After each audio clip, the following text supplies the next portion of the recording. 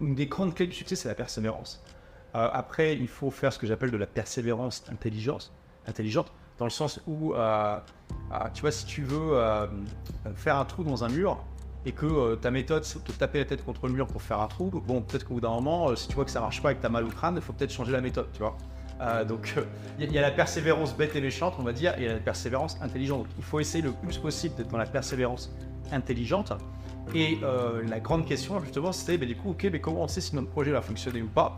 Quand est-ce qu'on sait que si on doit arrêter ou s'il faut continuer? Et la réponse à ça, c'est que on ne sait pas en fait. Sinon, ça serait trop simple et tout le monde serait millionnaire, n'est-ce pas? Donc, je pense que c'est un mix de persévérance bête et méchante, dans le sens où, ok, je veux vraiment y arriver, je ne vais pas abandonner, mais aussi de méta-persévérance. C'est-à-dire qu'on peut changer la méthodologie, mais sans changer l'objectif final. Bienvenue dans le podcast des photographes professionnels. Dans cette émission audio, je partage avec vous de grands entretiens avec des experts de la photo, de la vidéo, du journalisme ou encore de l'entrepreneuriat, dans le but de vous aider à progresser et vous épanouir dans votre activité professionnelle. Pour enregistrer cet épisode, je me suis rendu à Dubaï, afin de vous faire découvrir Olivier Roland, un entrepreneur inspirant, spécialiste de l'acquisition de clients à travers de la création de contenu, notamment le blogging. Une thématique qui intéressera tous les photographes qui écoutent ce podcast. N'oubliez pas de vous abonner au podcast pour être tenu au courant de la sortie des prochains épisodes. Et si ce format vous plaît, n'hésitez pas à le faire savoir en partageant et en laissant un commentaire ou une note sur votre plateforme d'écoute préférée. Je vous laisse en compagnie d'Olivier et vous souhaite une bonne écoute.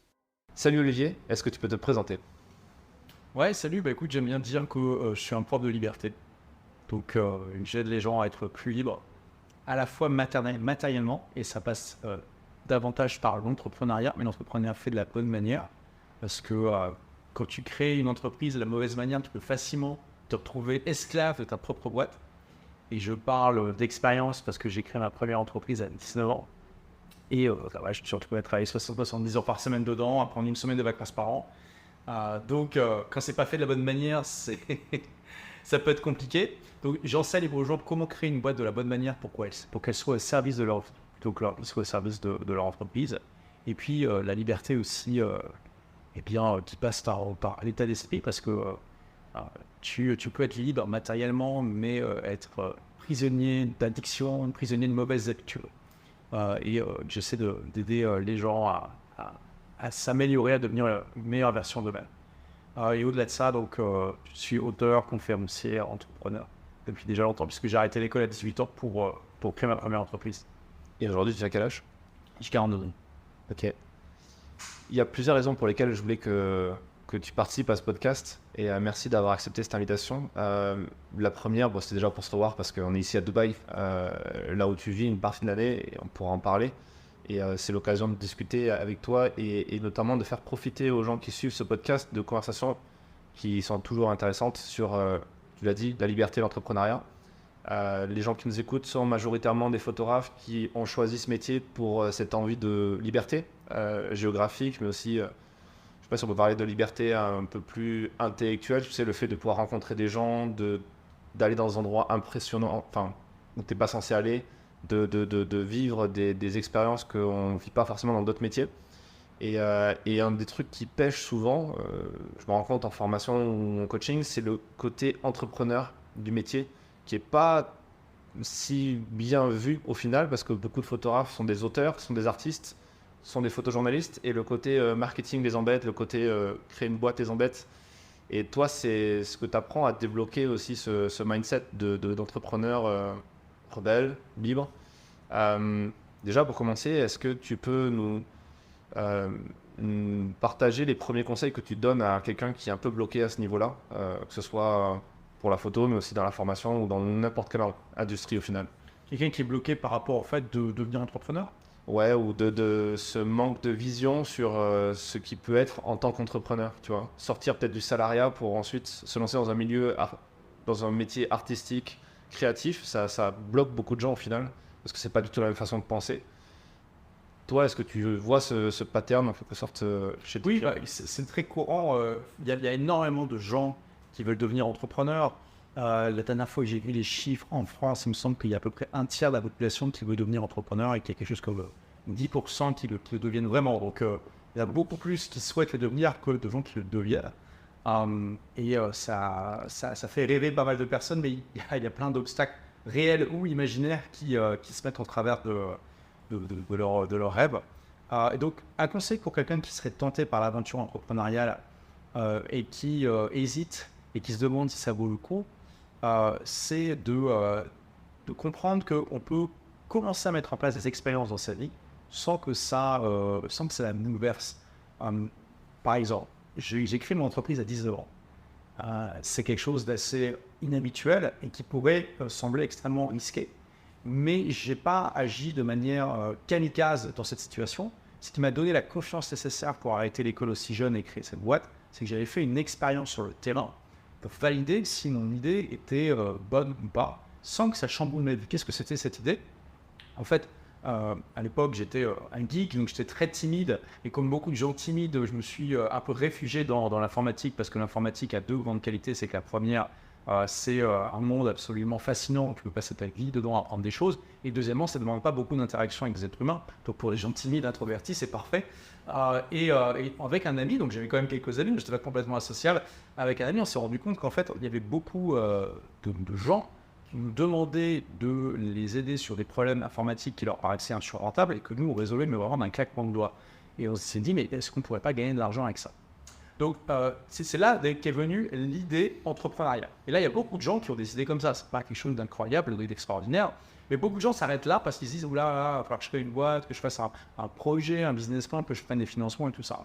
Et c'est cette tâche qui semble insurmontable de devoir se lancer comme ça dans quelque chose de... C'est un peu comme si on est un débutant dans l'alpinisme et qu'on commence à monter l'Everest tout de suite. Ça fait peur. Vas-y, mon Dieu, il y a tellement de trucs à préparer. Comment je vais faire? Mais en fait, c'est possible de se lancer vite, bien, et sans se prendre la tête. C'est ce qu'on a fait. On s'est dit, plutôt que de partir dans cette voie-là en disant, OK, on va faire un business plan et tout ça, on s'est dit, OK, comment on peut tester notre idée pour voir si c'est vraiment une bonne idée ou si on est comme des Don Quichotte et qu'on fond les moulins à vent avec des géants. Et bon, on a fait tout simplement une petite annonce dans un journal d'annonce local. Donc on a payé quelque chose comme 10 euros, c'était encore en francs à l'époque, hein, c'était en 99. Et on a eu 1000 euros de chiffre d'affaires, à peu près un peu moins, 800 euros de chiffre d'affaires en un mois, pour 10 euros d'investissement. On a proposé aux gens de venir la dépanner chez eux. Et là, tu vois, alors, c'est pas énorme 800 euros, mais quand tu as 18 ans et que tu as peut-être, je sais pas, 10 euros d'argent de poche par semaine, tu fais waouh. Et surtout, cette expérience simple, efficace, qui n'a pas demandé de moyens incroyables, elle m'a montré que, oui, j'avais les compétences pour aider les gens. Deux, malgré le manque de moyens matériels, c'est-à-dire qu'on n'avait pas de voiture, on devait y aller. En plus, ces gens, c'est pas toujours facile. On pouvait aller les voir et que, malgré le fait qu'on avait l'air d'adolescents très très jeunes, ils étaient contents de notre service et que derrière, ils nous payaient. On a reçu l'argent dans nos mains et que c'était rentable. C'est ça qui m'a donné la confiance nécessaire pour faire le grand saut et arrêter l'école si jeune et me lancer dans mon entreprise. Alors, il faut savoir d'ailleurs que mon ami, lui, a décidé de continuer ses études et de passer au moins son bac avant de créer sa boîte. Donc, moi, j'ai créé ma boîte tout seul, en fait. Mais c'est vraiment une première piste, c'est que de vous poser la question de, OK, là, aujourd'hui, faire le grand saut, ça me fait peur. Mais quel petit saut je peux faire qui me permettent déjà d'avoir une vraie expérience de terrain qui va soit me conforter dans ma décision de faire le grand saut, soit me dire, non, finalement, c'est peut-être pas intéressant, je vais essayer de trouver un autre grand saut à tester. Et l'idée, c'est de mettre en place comme ça un test simple, efficace, qui ne va pas bouleverser votre vie, qui va vous donner des vrais éléments qui viennent du terrain. D'ailleurs, à l'époque, on avait fait ça au noir, parce que la micro-entreprise n'existait pas, tout simplement. Aujourd'hui, on aurait créé une micro-entreprise, et puis voilà, on a la chance aujourd'hui d'avoir une structure juridique extrêmement simple et flexible en France. Il y a des équivalents en Belgique, en plus, je ne suis pas sûr, mais je pense aussi. Donc voilà. Et d'ailleurs, des années après, j'ai lu le livre Lean Startup de Amy Rice. Je me suis rendu compte que, comme M. Jourdain qui faisait de la prose sans le savoir, j'avais fait Lean Startup sans le savoir avec ça, parce que le concept de Lean Startup, alors ça s'applique normalement aux startups et finalement c'est un concept qui se décline pour toutes les entreprises. C'est que plutôt que voilà, on investit des millions, des dizaines de millions, on passe des mois, des années à créer le produit parfait et souvent on se rend compte une fois qu'il est sorti que tout le monde s'en fout dedans. À la place de ça, on fait ce qu'ils appellent un MVP, donc Minimum Viable Product, le produit minimum viable en bon français, qui est vraiment la version la plus basique du produit, mais la version la plus basique du produit qui amène quand même l'essentiel de ce que les gens attendent. et on le met sur le marché le plus vite possible pour voir si ça intéresse ou pas. Et au final, dans cette démarche que j'ai eue à l'époque, c'est ce que j'ai fait. J'ai pas attendu d'avoir le logo, le site web, les bureaux, la voiture avec les bonnes couleurs de peinture. Non, on y allait en bus, on a fait une petite annonce dans un journal d'annonce et puis on a testé. Et c'est ça, cette idée, c'est d'essayer de me dire, ok, quel est le produit minimum viable que je peux faire par rapport au service que j'attends. Donc, pour prendre l'exemple des photographes, je ne sais pas quel type d'entreprise pourrait vouloir le lancer, mais j'imagine, pour prendre un exemple vraiment classique, si ils veulent se lancer dans la prestation de photos, je sais pas, pour les mariages, des trucs comme ça, c'est pas forcément le truc, je pense, qui fait le plus rêver les photographes, mais au moins, voilà, de commencer par l'entourage proche, de tester un petit peu pour voir si ça leur plaît, de voir si les tarifs qu'ils proposent sont acceptés, pour avoir un peu de données qui viennent réellement du terrain. Bah, carrément. Bah, c'est intéressant parce que quand on s'est rencontrés il y a quelques années, je démarrais mon activité de formateur et de photographe aussi en parallèle pour les grands reportages. Et j'avais du mal à vendre mes sujets à la presse magazine et j'avais lancé un blog. C'est comme ça que j'étais tombé aussi sur toi et d'autres infopreneurs. Et le fait de juste faire un blog et de poster ses photos et se dire, quitte à pas les vendre, plutôt qu'elles meurent sur un disque dur poussiéreux, autant les publier, les montrer. Et c'est ça qui ensuite m'a fait reconnaître sur certains médias, etc. Et c'est vrai que c'est un super conseil que tu donnes, le fait de juste aller chercher un petit succès en quelque sorte aussi, tester des choses. Ouais. Alors après, pour aller... Alors, je rebondis sur ce que tu dis parce que c'est exactement, ça fait partie de ce que j'enseigne, tu vois, je suis un spécialiste du marketing de contenu. Et j'ai toujours, mais ça sert à quoi d'avoir du contenu prend la poussière sur votre disque dur, ça n'a aucun intérêt, autant le publier. Dans le pire des cas, il n'y a personne qui le verra, donc ça ne changera rien. Et dans le meilleur des cas, bah, ça peut peut-être vous apporter une audience, des gens. Et des fois, il ne suffit de pas de grand-chose. J'ai un de mes élèves, Roy Palace, qui enseigne le dessin en ligne. Il avait publié une vidéo sur Dailymotion à l'époque, alors que déjà, aujourd'hui, Dailymotion, c'est pas incroyable en termes de trafic, mais à l'époque, c'était pas non plus génial. Et c'était une vidéo YouTube qui avait mis aussi sur Dailymotion. C'était un conseil que j'avais donné. Mettez votre contenu partout où vous pouvez.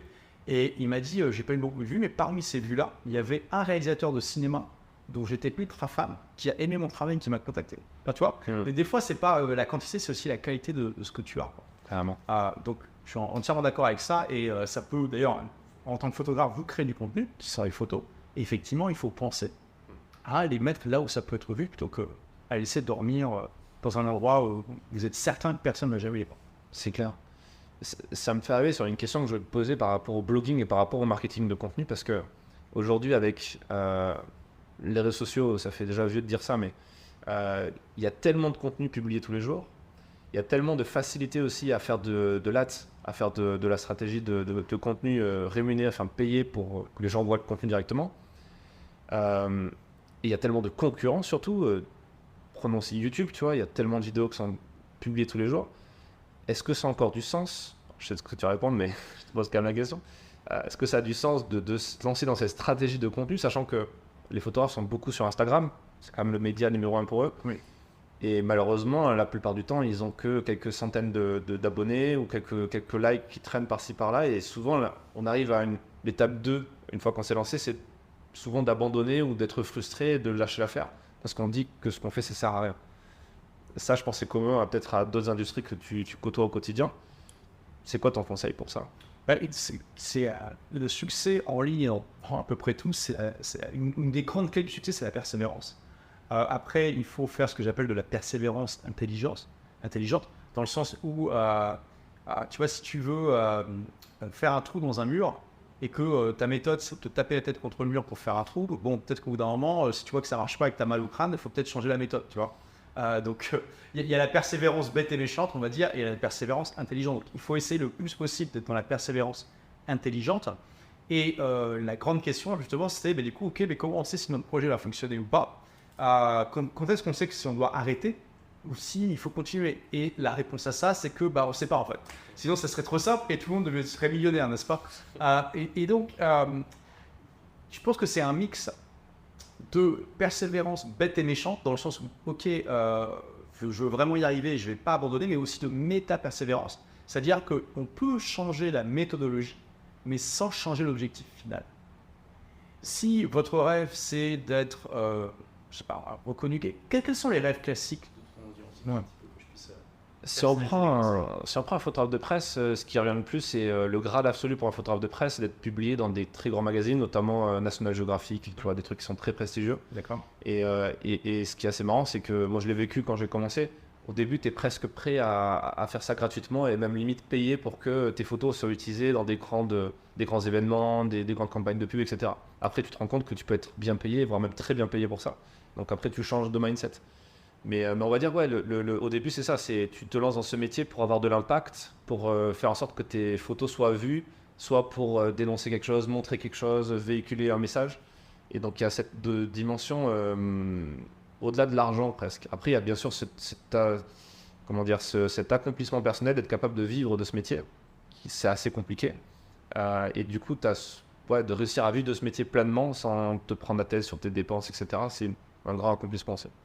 Oui, donc je pense que c'est pas forcément bête de se dire si le but premier, et ça peut vraiment mettre le pied à l'étrier, c'est d'être publié dans un grand magazine, de faire en sorte que ce soit gratuit, peut-être pas de payer parce que là on rentre dans un débat éthique un peu plus prononcé, mais de dire écoutez, moi je suis prêt à vous offrir cette photo juste parce que je respecte ce que vous faites et ça va me faire plaisir. De mon côté, ça va m'aider aussi. Pourquoi pas, tu vois. Après, je pense pas que ça soit ça qui fasse vraiment la différence dans un magazine. Oui.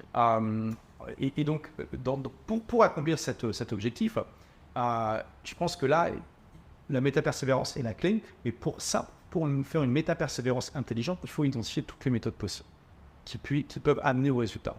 Et un entrepreneur américain, je ne sais plus son nom, se disait, on lui demandait comment il avait fait pour avoir autant de succès. Il dit, bah voilà, j'ai appris 100 méthodes. Je connais aucune méthode pour avoir 100 clients, mais j'ai appris 100 méthodes pour avoir un client et je les ai toutes faites. Ouais. Et tu vois, il y a cette idée comme ça que on ne laisse aucun angle mort et on va vraiment mettre le couteau entre les dents et y aller. Et je pense que ça, c'est vraiment la clé. Et c'est là aussi où tu as une sélection naturelle qui se fait entre les gens vraiment motivés par leur objectif et ceux qui se disent oui, bon, si ça me tombe comme ça au coin de la rue, je vais pas dire non, mais voilà, c'est quand même beaucoup de travail. Donc au final, c'est aussi important de choisir un objectif qui nous motive vraiment et où on est prêt, pour lequel on est prêt à mettre le couteau entre les dents et y aller. Donc là, pour ces photographes qui veulent être publiés dans un grand magazine, recenser toutes les méthodes possibles pour atteindre l'objectif. Et une des meilleures manières de faire ça, parce que si vous faites ça juste dans votre coin en réfléchissant, vous allez en trouver certaines, mais vous allez aussi ne pas penser à d'autres qui pourraient marcher. Donc le meilleur pour ça, c'est de demander à des gens qui l'ont déjà fait en fait. C'est comme quand on veut explorer une jungle, il vaut mieux demander aux gens qui sont déjà allés dans la jungle quelles sont les étapes, plutôt que d'y aller comme ça à l'inconnu. Donc rencontrez les photographes qui sont ce que vous venez de devenir et posez-leur les questions. Et identifiez toutes les méthodes comme ça et puis faites-le. Ça fait penser à, je crois que c'est la phrase d'Edison qui disait j'ai pas trouvé une façon de créer les ampoules, j'ai trouvé 1000 façons de pas réussir à le faire, dans le genre. Mais effectivement. Je veux dire, à partir du moment où leurs photos sont de suffisamment bonne qualité, c'est juste une question de temps. Au bout d'un moment, il y a quelque chose qui doit marcher. Ouais. Ça, c'est clair. Ouais. Parlons un peu d'apprentissage parce que c'est aussi une des compétences que tu as et que tu exprimes très bien à travers notamment ton livre. Tout le monde n'a pas eu la chance de rater ses études, que tu as sorti en 2018 Fin 2016. Fin 2016, j'ai retrouvé. Qui était un succès en librairie d'ailleurs, qui était best-seller assez rapidement. À l'intérieur, dans ce livre, qui est assez conséquent en termes de contenu, tu parles beaucoup du fait d'apprendre à apprendre, parce que c'est une compétence que l'éducation nationale a un peu du mal à justement apprendre aux gens. Ils n'y arrivent pas du tout. Enfin, je veux dire, c'est une des critiques que je fais dans mon livre, c'est que tu peux passer 20 ans de ta vie sur les bancs de l'école ou plus et qu'on t'apprend jamais à apprendre. Chercher l'erreur. Il y a un parallèle à faire avec la photo parce que dans les écoles de photo, alors moi je suis pas passé par la case école photo, mais j'ai donné des cours en école photo.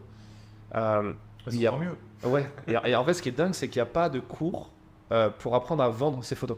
C'est-à-dire que quand tu es photographe, tu vas dans une école photo, alors tu en as des très bien gratuites, publiques, etc. Tu en as des très chères, très bien aussi sur la partie apprendre à faire une photo. Mais tu apprendras tout. Tu apprendras à gérer la lumière, tu apprendras le matériel, etc. Mais tu n'apprendras à aucun moment, sauf exception bien sûr, à trouver des clients, monter un business, gérer des collaborateurs si on a besoin, gérer ton client, gérer la fidélisation, etc. Et c'est pour ça que moi j'intervenais dans ces cursus-là, tu vois. Et je trouve ça assez dingue parce que c'est un peu le problème pour plein d'autres boîtes d'ailleurs, enfin pour plein d'autres spécialités d'autres industries. Tu vois, on apprend aux gens à avoir une compétence, mais on leur apprend pas à prendre du recul dessus pour essayer d'envisager, tu vois, ne serait-ce que aller chercher des idées à droite à gauche. Euh, Avant toi, il y a Stan, Marketing Mania, qui est passé dans le podcast pour parler de marketing et qui expliquait ça justement, le fait de un bon marketeur, ou un bon vendeur, c'est quelqu'un qui est capable d'aller chercher des idées dans d'autres univers qui ne sont pas les siens. Et tu connais ses vidéos, à chaque fois, il va t'expliquer la technique marketing de PNL ou d'un rappeur ou d'un footballeur ou d'un militaire pour apprendre à être visible sur YouTube. Et c'est là où tu crées de l'innovation, tu crées de la réflexion, de l'intelligence. Comment toi tu perçois ça et est-ce que tu peux nous parler un peu de ce que tu dis dans le livre justement sur cette question de l'éducation? Oui, je suis d'accord que c'est vraiment une force de savoir prendre des choses dans des domaines qui ne sont pas reliés, de pouvoir les appliquer dans d'autres domaines. Parfois, le succès, mais vraiment le grand succès, c'est juste d'appliquer un truc qui est complètement banal dans une industrie, mais dont personne n'a entendu parler dans une autre industrie. C'est aussi simple que ça. Ouais. Des fois, il y a des gens qui sont milliardaires simplement en voyageant dans le temps. Alors, qu'est-ce que je veux dire par voyager dans le temps? Ils sont allés dans le futur, à savoir aux États-Unis, puis ils sont allés dans le passé, donc en Europe, en Asie, ou ce que tu veux, et puis ils ont juste importé les idées du futur vers le passé, tout simplement. Et il y a l'auteur de science-fiction, William Gibson, qui dit, une phrase que j'aime beaucoup, qui dit « Le futur est déjà là, il n'est juste pas équitablement réparti ». Et donc, tu peux aller chercher des poches de futur, comme ça, c'est pas forcément aux États-Unis, mais souvent c'est aux États-Unis, et aller aider à répartir le futur, parce que le futur n'est pas bien réparti.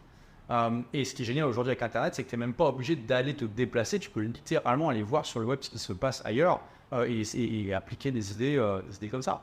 Donc on va dire que de manière générale, il y a des exceptions, il y en a plein. Le présent, c'est l'Occident de manière générale, le futur, c'est les États-Unis, et puis le passé, c'est les pays en voie de développement. Mais parfois, tu as des idées de business dans les voies en développement qui n'ont pas été appliquées ailleurs, tu peux aller amener ailleurs.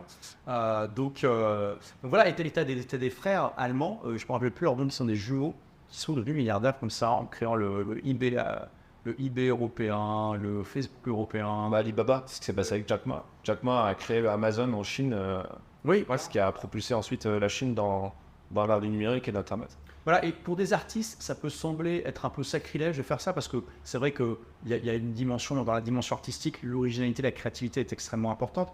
Mais dans les faits, alors en entrepreneuriat, c'est pas aussi important. Je veux dire, une fois que la roue a été inventée, elle a été inventée, vous n'allez pas la réinventer, vous n'allez pas faire une roue carrée. Par contre, vous pouvez apporter énormément de valeur à votre pays en important la roue le premier et en développant les applications pour que les gens utilisent ça.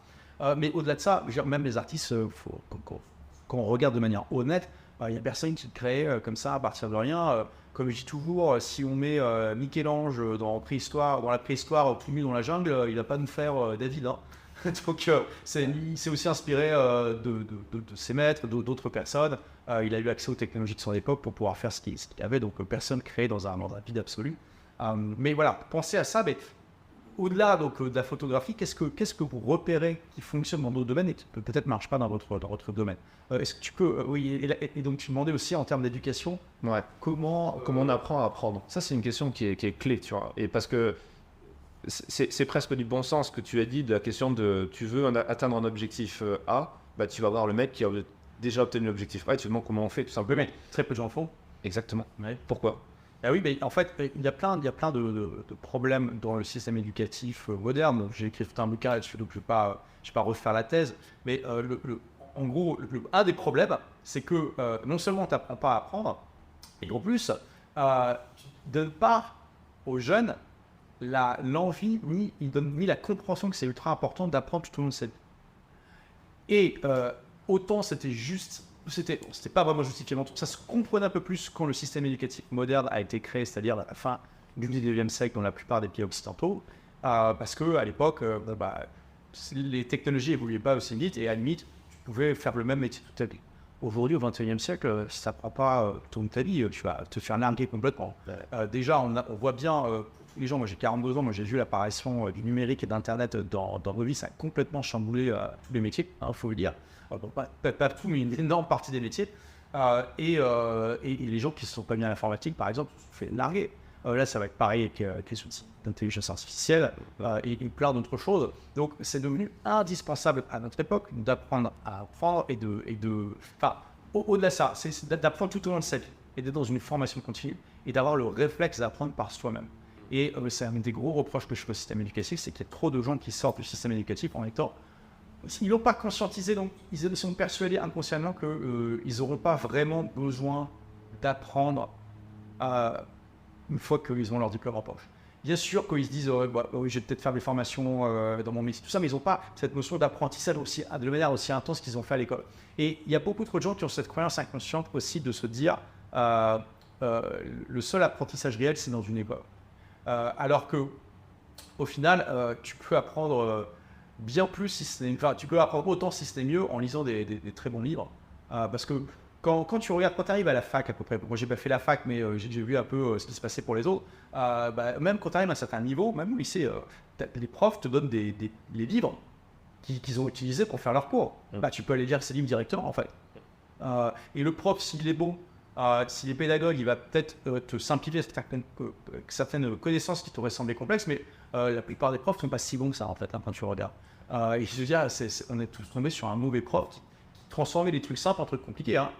Ils ont même détesté quelque chose d'appréciable. Absolument. Et moi, par exemple, j'étais bon en mathématiques jusqu'en 5e, 4e, je suis tombé sur une prof catastrophique, et à partir de la 4e, je suis devenu mauvais en maths. Voilà, bon, on a tous, je pense, connu des histoires comme ça. Et dans les faits, tu peux aller chercher les meilleurs pédagogues, vivants ou morts, à travers des livres. Et aujourd'hui, grâce à Internet, tu peux même aller chercher sous forme de vidéos YouTube, de tutos. Je veux dire, les universités les plus prestigieuses mettent en ligne leurs cours à vitesse grand V. Et donc aujourd'hui, j'en parle dans mon livre, mais c'est une grosse disruption pour les profs. Et beaucoup de gens ne se sont pas encore rendus compte, c'est que tu n'es plus bloqué avec ton prof médiocre ou mauvais dans ta salle de classe. Tu peux aller chercher les meilleurs profs du monde, parce que c'est aussi sélection naturelle. C'est logique que meilleur le prof est, et plus il y a de chances qu'il y a quelqu'un qui lui propose de filmer ses cours pour le mettre en ligne, tu vois. Ouais. Et à partir de là, ça se répand à une vitesse. Tu avais le prof de physique du MIT, je me rappelle plus de son nom là à l'instant T, qui était extrêmement renommé au MIT pour ses cours extrêmement pédagogiques en physique, parce qu'il faisait des démonstrations vraiment impressionnantes. C'était une célébrité au MIT, mais à l'extérieur, personne ne le connaissait. Et à partir du moment où ses cours ont été mis en ligne, il a été vu par des millions et des millions de personnes. Comme Jordan Peterson avec la psychologie. Donc voilà. Donc aujourd'hui, on a accès à une somme de connaissances incroyable. On a accès aux meilleurs profs du monde. Ils sont juste à littéralement 1 ou 2 clics de nous. Il faut en profiter. Il faut avoir le réflexe de faire ça. Et je recommande quand même de lire des livres. Moi, c'est ma manière principale d'apprendre. Alors, c'est pas fait pour tout le monde. Ma conjointe, elle n'aime pas lire, mais elle a trouvé le hack pour compenser ça, c'est que du coup, elle écoute les livres sous forme audio. Aujourd'hui, à peu près tous les bons livres sont sous forme audio, donc il faut savoir profiter de ça. Mais vraiment prendre conscience que si on n'a pas une démarche d'apprentissage continu, régulière, vous allez vous faire larguer. Et je donne toujours, tu vois, cet exemple de dire, imaginons que vous lisiez 2 livres vraiment bons tous les mois. Ce qui est franchement pas un objectif difficile à atteindre. Au bout de 10 ans, ça va faire 240 livres de qualité que vous aurez pu. Je veux dire, est-ce que, imagine 2 univers parallèles, l'univers parallèle dans lequel tu n'as pas lu ces livres à la place, je sais pas, tu as regardé des médias sociaux, tu as regardé des conneries, ou tu as regardé un peu trop Netflix, tu vois, et deuxième univers parallèle, tu as lu 240 livres de qualité. Tu ne crois pas que ça va faire une différence dans ton horizon intellectuel, tes connaissances, tes capacités à utiliser les bons outils au bon moment, et aussi tes résultats? Bien sûr que oui. Alors bien sûr, derrière, il faut appliquer, ça ne sert à rien d'apprendre juste pour apprendre. Même si personnellement, moi j'aime bien apprendre juste pour apprendre, mais voilà, j'essaie de trouver le bon équilibre pour aussi à mettre en place ce que j'apprends. Et je veux dire, même si c'est un livre par mois, au bout de 10 ans, ça fait 120 livres. C'est juste démentiel en fait. C'est l'équivalent de peut-être plusieurs doctorats. Enfin, je veux dire, il faut se rendre compte de ça. Et la plupart des gens n'en ont pas conscience. Et au pire de ça, tu regardes autour de toi, c'est facile de constater. J'encourage tous ceux qui nous écoutent à faire l'expérience par eux-mêmes. Demandez autour de vous, est-ce que tu lis régulièrement des livres pratiques de qualité? Vous verrez que 95% des gens vont vous dire non. C'est une catastrophe. C'est une catastrophe. Est-ce que ça s'est pas lié au fait que les gens, globalement, et je me mets dedans aussi, on a l'impression que lire c'est chiant, que c'est un truc, tu sais, quand t'es jeune, c'est un truc de vieux, que c'est pas agréable, et qu'en plus, ce qu'on t'oblige à lire de force à l'école, la fameuse liste de lecture, et pas forcément super intéressante, c'est pas forcément les meilleurs livres, tu t'en rends compte plus tard que c'était pas ça qu'il fallait lire mais autre chose. Du coup, t'as pas ce... Et tu vois, en plus, quand tu discutes avec des gens qui ensuite ont 20, 30, 40 ans, qui redécouvrent le truc parce qu'ils ont un intérêt, il faut qu'ils lisent ce livre pour comprendre quelque chose, ben, ils disent, putain, en fait, c'est cool de lire, tu vois. Mais c'est parce que c'est le sujet qui change. Et tu vois, moi, c'est drôle parce que j'ai toujours aimé lire, mais j'ai quand même fait une erreur dramatique, qui est vraiment la pire de ma vie pendant 8 ans. C'est que pendant les 8 premières années pendant lesquelles j'étais entrepreneur, j'ai pas eu un seul livre pratique parce que j'adorais lire des livres de fiction et je n'avais pas compris que c'était intéressant de lire des livres pratiques. Et il y a un livre qui m'a ouvert les yeux là-dessus, qui m'a ouvert les chakras, c'est La semaine de 4 heures de Tim Ferriss, puisque c'est ce livre qui m'a justement mis sur la voie d'avoir un business au service de sa vie, donc sa vie au service de son business. Et en fait, donc déjà, tu vois, je lis ce livre en un week-end et ça change complètement la vision d'un métier que je pratiquais depuis 8 ans. Je me dis, donc là, je me prends une baffe, tu vois, j'ai les jours rouges. Je me dis, waouh, incroyable. Il y a un des livres qui est recommandé à la fin, c'est The Limit, le mythe de l'entrepreneur. Je crois que c'est des traductions au nom de mythe de l'entrepreneur en français de Michael Gerber. Tim Ferriss se commande, je le lis 2 semaines après, et là, deuxième baffe, j'avais les 2 jours rouges parce que ça me expliquait pourquoi dans mon business, j'étais esclave de mon business, alors que je l'avais créé pour devenir libre. Là, je me dis, ok, je lis 2 livres en 15 jours qui changent complètement ma vision de mon métier que je pratique depuis 8 ans. Peut-être que je devrais en lire d'autres. Il y a peut-être d'autres livres exceptionnels qui m'attendent et qui vont aussi me permettre de changer ma vision. Puis ça a changé ma vision et donc mes actions et donc ma vie. Et c'est ça qui m'a donné le réflexe et l'envie de lire des livres pratiques. Donc, alors j'aimais déjà lire, c'était un atout, mais je pense que ça va être la même chose pour la plupart des gens qui n'aiment pas lire. C'est-à-dire qu'il suffit de trouver un livre qui vous interpelle et qui change votre vision de manière importante sur un sujet qui vous tient à cœur, en fait. Et ça suffit. Ça va vous lancer, en fait. Donc, il y a plein de raisons pour lesquelles les gens n'aiment pas lire. Après, il y a des gens qui vraiment physiquement n'aiment pas lire, comme ma conjointe. Dans ce cas-là, il y a les livres audio, hein, encore une fois. Et ce qui est génial avec les livres audio, c'est que vous pouvez faire ça en faisant autre chose. Ça ne prend pas de temps à votre journée. Il y a des gens qui passent 1 heure à 2 heures par jour dans les transports, que ce soit transport en commun ou voiture. Pourquoi pas l'utiliser de manière productive vous pouvez d'ailleurs lire des livres dans les transports en commun, mais même en voiture, vous pouvez écouter. Vous pouvez faire ça en faisant la vaisselle, en faisant du sport. Bon, sauf si c'est un sport qui demande beaucoup de concentration, mais il y a énormément d'activités que vous pouvez faire tout en écoutant un livre audio. Et c'est infiniment mieux que, je sais pas, d'écouter les grosses têtes. Je veux dire, attention, je suis pas en train de dire qu'il ne faut jamais se détendre et qu'on n'a pas le droit de regarder Netflix. Hein. Et simplement d'ajouter un peu de lecture dans votre vie tous les jours, ça ne va pas vous tuer. Au contraire, ça va vous apporter énormément de choses. Ouais, c'est clair, c'est très vrai. Je pense tous les deux, on a un point commun qui est, on a écrit des livres. Pour écrire ces livres, on a dû faire beaucoup de recherches, donc on a lu beaucoup de livres. Et je sais pas toi, mais à chaque fois, c'est la partie la plus plaisante, je trouve, quand tu rédiges un bouquin, c'est la partie avant, quand tu fais ces recherches, quand tu commandes des 30 livres sur Amazon qui parlent déjà de cette thématique pour essayer de tout comprendre, voir les sources, etc.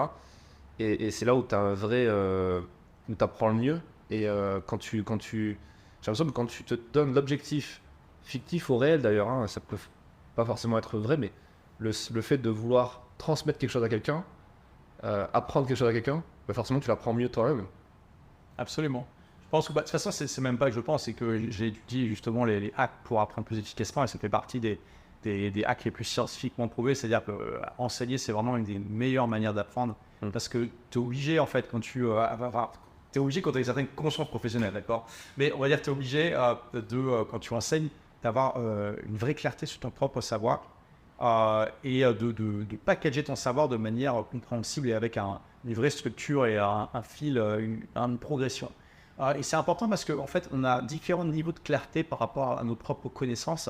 Je crois que c'était Boileau qui disait ce qui se conçoit bien s'énonce clairement et les mots pour le dire arrivent aisément. Et je pense que ça nous est déjà tous arrivé. On venait d'apprendre quelque chose et on était un peu excité par rapport à ça. On en parle à un ami et l'ami nous pose une question et là on se rend compte qu'en fait on n'a pas tout compris en fait. Et on se dit ah tiens oui je sais pas en fait. Ou et là on est en train de réfléchir, on se dit tiens oui je sais pas en fait. Et c'est là qu'on se rend compte que des fois on est excité par rapport à tout ce qu'on a appris. On se rend compte grâce au questionnement de quelqu'un d'autre qu'en fait on a une certaine confusion par rapport à notre propre savoir. Donc enseigner, ça permet de déboucher les zones d'ombre et de se rendre compte de ces éléments sur lesquels on a une certaine confusion et puis on va aller les clarifier, les déboucher souvent en se formant, en se posant les questions, en réfléchissant, etc. Et donc ouais, je suis d'accord avec toi. Moi, il y a plus de 400 références scientifiques dans mon livre, donc j'ai fait énormément de recherches. Et c'est génial, moi j'adore ça. Là, je suis en train d'écrire un deuxième livre sur la distribution des États par Internet, qui est un sujet extrêmement complexe, fascinant mais complexe. Et je suis en train de lire, enfin j'ai une dizaine de livres effectivement sur d'autres sujets, c'est très très intéressant. Et d'ailleurs, ça m'a fait très plaisir, il y a quelques mois, dans une soirée ici à Dubaï, j'ai rencontré un chercheur du CNRS qui avait lu mon livre. Il m'a dit Olivier, il faut que je te dise, c'est que t'as fait, pour moi, tu as fait une thèse en fait. Ça m'a fait plaisir qu'il dise ça, tu vois, parce que c'est comme ça que je l'ai vu en fait. Bon.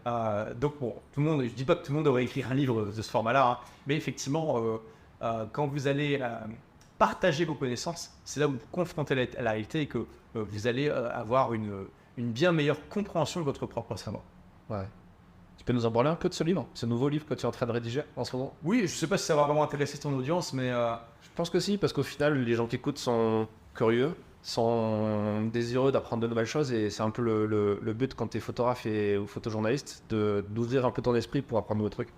oui, bah écoute, je parle du fait que Internet, la mondialisation et puis de manière générale les technologies de transport sont en train de complètement disrupter les États-nations tels qu'on les a connus. Alors c'est un vaste sujet, hein, mais les États-nations, beaucoup de gens pensent inconsciemment que c'est une structure qui a toujours existé. Alors en fait, c'est extrêmement récent dans l'histoire. Donc, qu'est-ce que c'est qu'un État-nation? C'est une nation, donc un peuple qui a l'impression d'être un peuple commun qui va se doter d'un État. Donc en Occident, c'est surtout des États démocratiques. Mais donc, quand tu décomposes ça, en fait, tu te rends compte que la nation, c'est un concept récent. Donc je prends l'exemple de la France, qui va être probablement l'exemple que les gens connaissent le plus parmi ton audience. C'est récent que quelqu'un qui est en Bretagne se sente faire partie de la même nation que quelqu'un qui est à Marseille. Tu prends la France, le royaume de France de 1500, c'est un patchwork de régions, enfin plutôt de fiefs féodaux, avec une disparité de langue qui est énorme, parce que chaque région avait sa propre langue régionale, il n'y avait pas forcément une intercompréhension énorme, hein. C'est un peu comme le portugais et l'espagnol aujourd'hui, c'est proche, mais ça reste de langues différentes, et il y a plein de moments où les gens ne vont pas se comprendre s'ils parlent ça. Et donc la France, c'est un patchwork de langues régionales. Le français, en fait, c'est le parisien, c'est littéralement la langue de Paris à la base et du domaine du roi autour de Paris. Il y a une variation en termes de culture qui est énorme entre chaque région. Et un breton, ne va pas se sentir faire partie de la même communauté qu'un Marseillais, clairement pas. Ou un Parisien par rapport à un Toulousain. Et donc, c'est récent dans l'histoire qu'un breton va se sentir davantage français que breton. On en parlait ce midi, mais si je prends un François qui vit en 1500 en Bretagne et un François qui vit en 2000 en Bretagne, le François de 1500 va se sentir comme un breton qui est aussi sujet du royaume de France, alors que le François de 2000 va se sentir comme un Français qui vient de Bretagne. Il y a des variations d'ailleurs. En Bretagne, il y a probablement une culture régionale un peu plus forte que dans d'autres cultures, comme la Corse par exemple. Enfin, souvent les îles, c'est comme ça. Et il y a peut-être d'ailleurs des Bretons qui se sentent Bretons alors que Français. On va dire comme de manière générale, le François de Bretagne se sent Français qui vient de Bretagne plutôt qu'un Breton qui est aussi sujet du royaume de France. Tu vois la différence. Et d'ailleurs, c'est comme aujourd'hui, on pourrait dire je suis un Français qui est aussi européen. Peut-être que dans 200 ans, les gens diront je suis un Européen qui vient de France. Ou pas, hein, voilà. Donc, tu te rends compte que tout ça, c'est récent. Et quand tu te demandes mais pourquoi c'est récent, et tu vois qu'en fait, il y a eu des disruptions technologiques qui ont amené un territoire qui était aussi disparate à se considérer comme étant celui d'un seul peuple. Et que, en fait, ça vient de plusieurs inventions, mais l'invention principale, c'est l'imprimerie. C'est ça qui a permis, en fait, de répandre une langue beaucoup plus facilement qu'avant sur un territoire qui était immense par rapport aux moyens de transport de l'époque, hein, qui n'est plus aujourd'hui, hein, ça c'est clair. Tu vois, ce qui explique entre autres que les États-Unis soient aussi grands, c'est que ce pays s'est constitué à une époque où on était pas loin du chemin de fer et où il y avait déjà l'imprimerie et où très vite, un siècle après la Constitution, il y avait le télégraphe et d'autres moyens de communication rapides qui se sont développés. Donc c'est un pays qui a pu bénéficier de toutes ces technologies pour avoir une cohérence sur un territoire. La Russie, c'est encore une autre histoire, mais bon, je ne vais pas rentrer là-dedans en détail. Donc, tu te rends compte que ça vient avant tout de l'imprimerie, ça vient aussi de la poudre à canon de manière étonnante, parce que qu'est-ce qui explique que les territoires soient aussi élités pendant le Moyen-Âge? C'est qu'il y a eu quelque chose d'assez unique dans l'histoire, c'est que pendant à peu près, on va dire, un peu moins de 1000 ans, les technologies de défense étaient supérieures à l'attaque. C'est-à-dire que c'était plus facile, toute chose égale par ailleurs, de construire un château que de le prendre. Parce que c'était les technologies de des châteaux et sont devenus tellement bas que c'est compliqué même avec des trébuchets, des catapultes de les prendre. Il n'y avait aucun château qui était imprenable, ça n'existait pas. Mais par contre, les sièges duraient des mois, c'était un fric monstre, c'était ultra coûteux en vie aussi pour les assaillants. Et les défenseurs avaient un immense avantage. À partir du moment où la poudre à canon arrive, alors pas au tout début parce que les premières arquebuses, les premiers canons étaient vraiment très primitifs, mais à partir du moment où ça a commencé à se perfectionner, donc on va dire à partir du 15e siècle, là, ça a commencé à s'arrêter et les technologies d'attaque sont plus fortes que la défense. Ça veut dire que le roi, au Moyen-Âge, était obligé de négocier avec les seigneurs. Le roi pouvait prendre n'importe quel château, mais il ne pouvait pas en prendre 10, 20, 30. Ouais. Donc il était obligé. S'il y avait un seigneur parmi tous ces seigneurs qui se révoltaient, il pouvait le détruire sans problème. Mais s'il y avait une révolte d'une vingtaine de seigneurs, il ne pouvait rien faire, il était obligé de négocier. Ça forçait aussi un certain émiettement politique qui accompagnait l'émiettement culturel. Et à partir du moment où la poudre à canon est arrivée, comme ça a changé le rapport de force, c'est celui qui était capable de financer la plus grande armée avec les meilleurs canons avait l'avantage. Et donc forcément, le roi, à partir de ce moment-là, a commencé à avoir un avantage. Et donc du coup, c'est là que l'absolutisme a commencé à se développer, et ça a culminé en France sous Louis XIV. C'est pas pour rien qu'on l'appelait le roi Soleil, parce que c'était le soleil et tout tournait autour de lui. Ouais. Et tu prends en fait les seigneurs, à l'époque du Moyen-Âge, ils étaient tout puissants sur leur fief, et oui, ils étaient vassaux du roi, mais ils avaient énormément de pouvoir par rapport au roi. Tu prends les seigneurs à l'époque de Louis XIV, c'était des courtisans à la cour qui devaient surtout faire attention à ne pas passer le roi, à bien lui plaire, à rivaliser de bons mots pour bien se positionner, parce que le pouvoir était complètement centralisé, les seigneurs étaient à la merci du roi et devaient lui plaire en fait. Et toutes les décisions se prenaient à la cour de Versailles, qui était le point central du royaume. Donc tout ça explique en grande partie le process de nation building qui a permis de créer un État-nation de la France. Et ça a été à peu près similaire dans les autres pays occidentaux, et avec des différences, bien sûr. Donc tu vois, ça va se sujet. C'est pour ça que je t'ai dit... Et donc, aujourd'hui, tu peux faire le parallèle avec les rapports de force d'attaque et de défense qui s'inversent. Tu vois, par exemple, moi, je suis un entrepreneur qui vient de France, qui vit à Dubaï. Je vends sur Internet dans le monde entier, mais j'ai beaucoup de clients en France. Et pourtant, je suis fiscalisé ici. Tu vois, ça fait partie, d'ailleurs, pour certaines personnes qui nous écoutent, c'est peut-être déjà une hérésie, tu vois. Et peut-être déjà des gens qui sont en train de s'énerver en disant, mais quel traître, etc. Parce que ça va aussi à l'encontre d'un certain sentiment nationaliste et patriotique qui vient directement du processus de national building. Mais justement, Internet permet aujourd'hui à des gens comme moi de facilement s'exiler, tout en rendant la tâche pour le gouvernement français, par exemple, qui voudrait m'empêcher, la tâche difficile. Donc, tu vois, Internet change le rapport d'attaque et de défense sur certains aspects entre les citoyens et l'État. Alors que si tu voulais faire du business dans un pays avant Internet, tu devais être dans ce pays avant. Alors qu'aujourd'hui, tu n'as plus besoin d'avoir une présence physique. Et pour en parler longtemps, mais sans présence physique, pour les États, il y a comme la surface d'échange, elle est extrêmement moindre, c'est compliqué. Et donc, je fais ce parallèle où aujourd'hui, en tant qu'entrepreneur nomade numérique, par exemple, tu peux facilement racheter des frontières dans ton setup. Et chaque frontière, c'est l'équivalent de, si tu veux construire des murailles, tu creuses des douves, que tu t'équipes d'un bon donjon, c'est plus facile à mettre en place pour toi que pour les autorités à défaire. Tu vois. Et alors, d'autres exemples d'inversion de rapport de force, c'est le chiffrement, la cryptographie. C'est ultra facile. N'importe qui d'utiliser un chiffrement qui est impossible à casser pour les gouvernements. Ça aussi, c'est extrêmement nouveau. Donc voilà. La blockchain, de la décentralisation. Et donc, la crypto, c'est exactement ça. Regarde. Pareil, Internet permet beaucoup plus facilement à une masse de gens de se coordonner entre eux de manière décentralisée, sans que ce soit dans un pays. Et ça, c'est extrêmement disruptif pour les États-nations. Parce que là aussi, on a une inversion du rapport de force entre l'attaque et la défense. C'est pas David contre Goliath, c'est David contre des millions de Goliaths, dont la plupart sont hors de portée de toute répercussion physique. Tu prends l'exemple du piratage de musique et de films. Il y a deux grands exemples, deux grandes dates dans cette histoire. Il y a Napster et il y a The Pirate Bay. Napster, ça a été créé en 99 et ça permettait aux gens d'échanger comme The Pirate Bay aujourd'hui, d'échanger des fichiers illégaux. C'était légal ou pas, c'était pas important, mais la plupart c'était illégaux. Et qu'est-ce qu'a fait le gouvernement ? Il s'est attaqué à la société derrière Napster et il a fait fermer. Pourquoi? Parce que c'était un service centralisé, c'était une entreprise qui existait, avec pignon sur rue, qui gérait les serveurs et tout ça. C'était un élément centralisé. Quand c'est un élément centralisé, c'est facile pour le gouvernement d'attaquer. Ils savent faire. Derrière, il y a le protocole BitTorrent qui est inventé, qui est juste un protocole d'échange, comme un protocole pour les emails, qui peut être utilisé pour de tas de manières différentes, y compris des manières légales, n'est-ce pas, et y compris des manières illégales.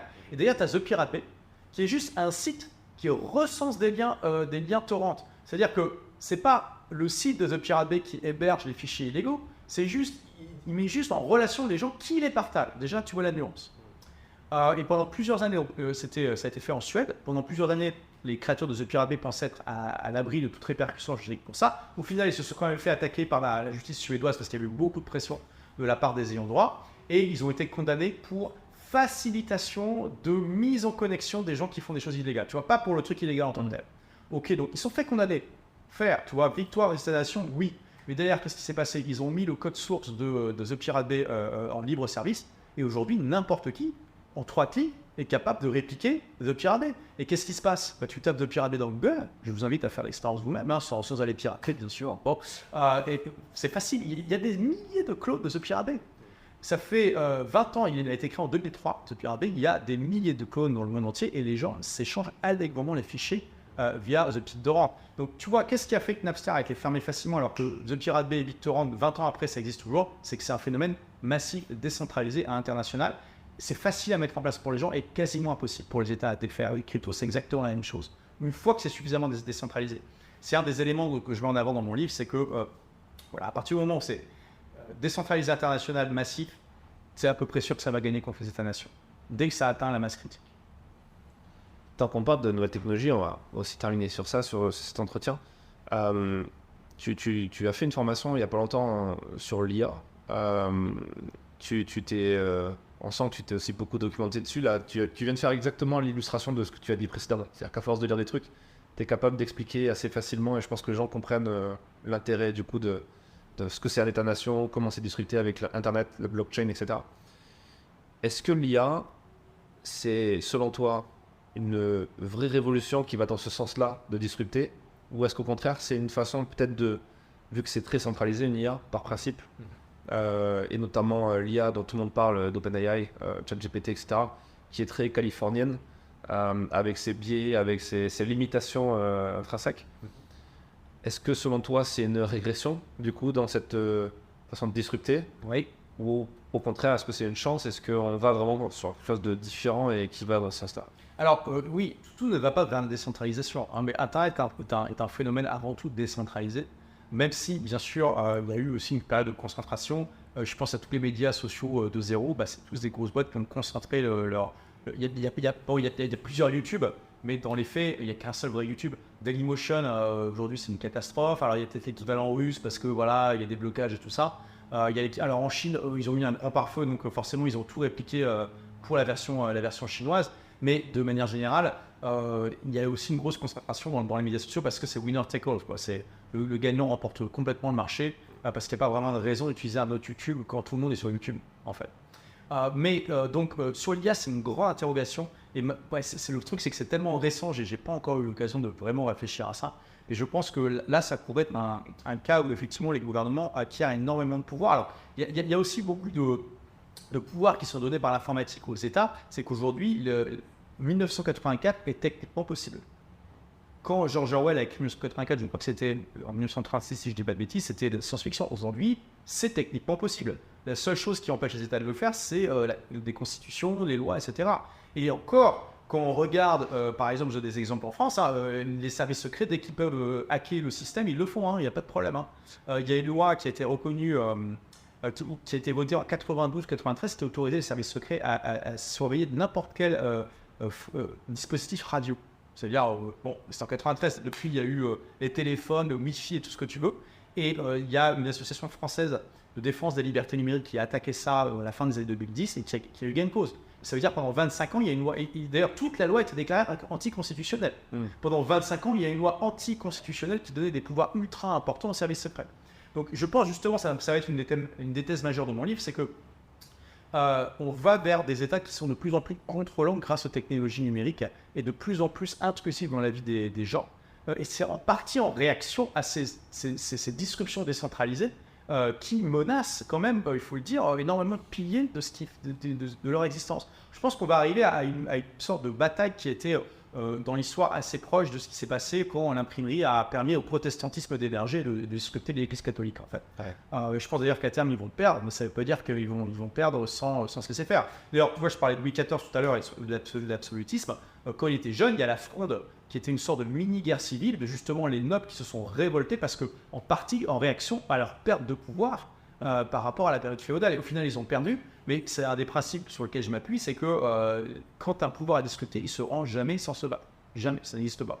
Donc il faut s'attendre à des batailles. Alors, dans l'histoire, il y a eu beaucoup de guerres dans ces périodes-là, j'espère que ça ne va pas se produire là, mais il faut s'attendre à des vraies batailles, ça va pas rigoler. Donc pour l'IA, ça va être un grand sujet de est-ce que ça va davantage favoriser les gouvernements, les phénomènes décentralisés. Là, à l'heure actuelle, ça favorise plutôt les entités centralisées parce qu'il faut énormément de GPU et les faire tourner pendant longtemps, donc il faut beaucoup d'investissements pour pouvoir créer les modèles et après même pour pouvoir les exploiter. Ce qui est par contre intéressant, c'est qu'une fois qu'ils ont été entraînés, les modèles, ça se répand facilement. Ça, c'est intéressant. Tu vois, Meta d'ailleurs, Meta, c'est assez intéressant, mais c'est des champions de l'IA open source. Ils ont sorti plusieurs modèles open source qui sont extrêmement beaux et qu'on peut faire tourner en local sur son ordinateur.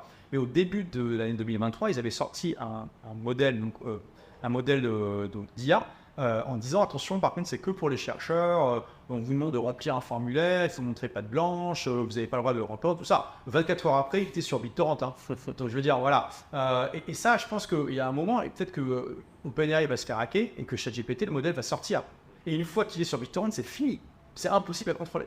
Donc, la vraie question, ça va être... Et puis, au-delà de ça, il y a les modèles open source comme ceux que Meta fait, qui sont vraiment pas mauvais. Il y a un chercheur de chez Google il y a un de ses mémos qui a été leaké où il disait qu'il pensait que les grandes entreprises allaient se faire complètement disrupter par ces modèles open source parce qu'il y avait une bien meilleure évolution, enfin une bien meilleure innovation dans ce secteur parce que tout le monde réfléchit au même moment plutôt que ce soit juste des gens dans l'entreprise. Au final, je pense qu'il y aura les Windows et les Linux de l'IA dans les années à venir. Et la grande question de est-ce que ça va favoriser plutôt les gouvernements ou les citoyens décentralisés, ça va être est-ce que les modèles open source vont être capables de rivaliser avec les modèles centralisés, ou en tout cas, est-ce qu'ils vont être suffisamment bons pour que ça compense, si tu veux, l'avantage. Le problème de ça, c'est que derrière, il faut aussi des GPU pour faire tourner les modèles, et plus tu as de GPU et plus ton modèle, tu peux mettre un maximum de paramètres, avoir la meilleure version de ce modèle et avoir les réactions le plus rapides possible. Oui, mais tu pourrais aussi envisager un phénomène où, tu vois, il y avait pendant des années, j'ai partagé les puissances de calcul de mon ordinateur avec un système qui s'appelait Folding Atom, et qui en fait simulait des repliements de protéines. C'est un programme de Stanford pour avancer la connaissance médicale sur des maladies en diffusant de la puissance de calcul sur des centaines de milliers d'ordinateurs de participants. On pourrait très bien envisager des réseaux comme ça où les gens partagent leur puissance GPU pour alimenter des IA open source. Donc je pense que c'est un peu trop tôt pour le dire. On est vraiment au début, au balbutiement. On est comme l'Apple II est sorti en 1977. On peut voir que c'est une révolution. On ne sait pas trop vers où ça va aller. Mais ça va être deux grandes tendances à surveiller. Là, il parle de plus en plus d'essayer de peut-être réguler, voire d'interdire les modèles open source, donc bon courage pour ça. Ça va probablement freiner l'innovation s'ils font ça, mais pas l'arrêter. Parce que c'est d'ailleurs aux États-Unis, le code source des logiciels est protégé comme la liberté d'expression. On considère que c'est pas parce que tu t'exprimes en code que c'est pas une expression, tu vois. Au début des années 90, ils avaient essayé d'interdire l'export de PGP, qui était le tout premier logiciel de chiffrement. Tu vois à quel point ça disrupte quand je te disais que ça inverse le rapport de force, parce qu'ils considèrent que c'était une arme de guerre. Ils le mettaient dans la même catégorie. Donc, qu'est-ce qu'a fait Phil Zimmermann, si je me rappelle bien, c'est comme ça qu'on prononce son nom, pour contourner le problème. Il a imprimé le code source dans un livre, protégé par le premier amendement, et il l'a exporté comme ça. Il ne pouvait rien faire. Ouais, tu vois. Et ils se sont rendus compte que c'était stupide. Donc, on verra. Mais à mon avis, le code ça va pas. Ils ne vont pas pouvoir empêcher les développeurs de créer du code. Ils vont peut-être pouvoir les empêcher de l'utiliser, mais pas de le développer. Tu vois, parce qu'au bout d'un moment, ils peuvent tout le monde imprimer et puis sortir le truc, quoi. Donc, on verra. Ça va être une des grandes batailles ou des grandes interrogations, effectivement. Mais je pense même, bon, j'ai pas encore terminé mon livre, donc je ne suis pas encore complètement arrêté dans mes conclusions, que en fait, ça va être nécessaire pour les citoyens éclairés de mettre en place des processus décentralisés internationaux pour compenser le pouvoir de plus en plus grand que les États et le contrôle de plus en plus grand que les États vont avoir grâce aux technologies numériques. Tu vois, finalement, la dystopie, elle existe déjà, hein, c'est la Chine. La Chine, c'est littéralement un épisode de Black Mirror, quoi. Aujourd'hui, ils surveillent tout, ils ont la reconnaissance faciale partout. Il y a un crédit score qui t'est donné, donc si tu commences à trop déconner, tu peux plus prendre le train, tu peux plus acheter ce que tu veux. Enfin, c'est une horreur. Ils ont une CBDC, donc une monnaie numérique de banque centrale qui est sortie, qui est programmable.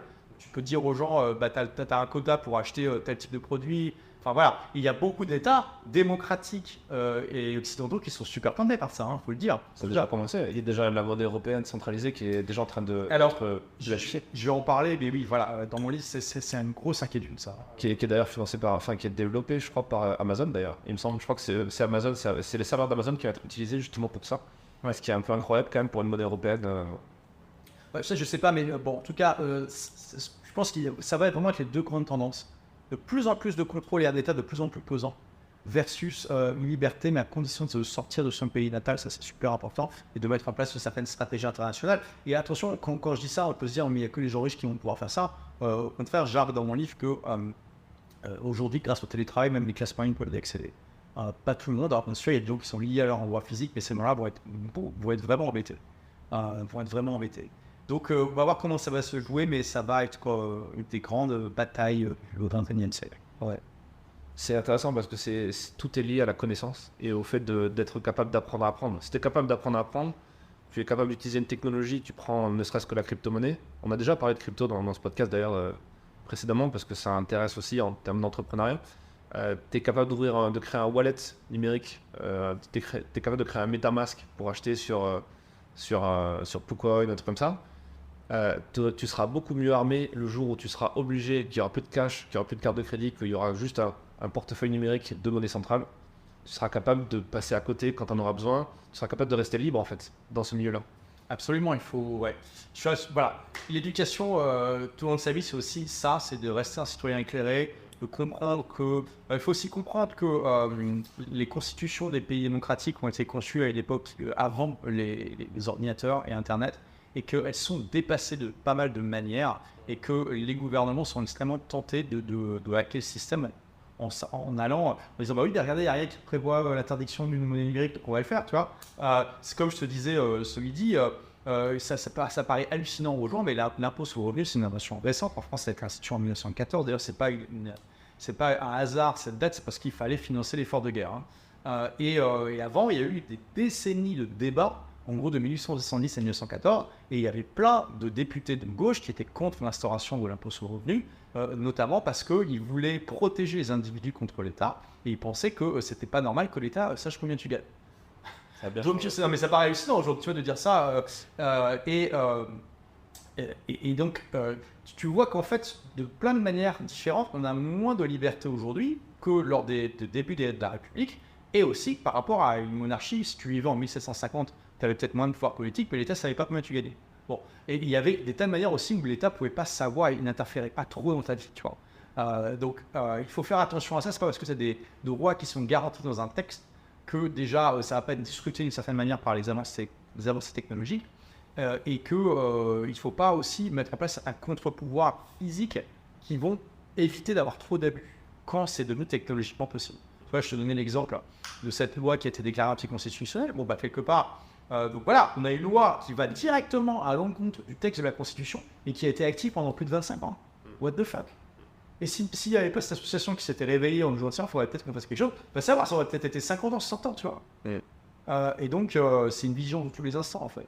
Et tu regardes l'histoire, c'est pas quelques textes qui font que les droits sont respectés, c'est que les gens se battent pour que ça soit respecté.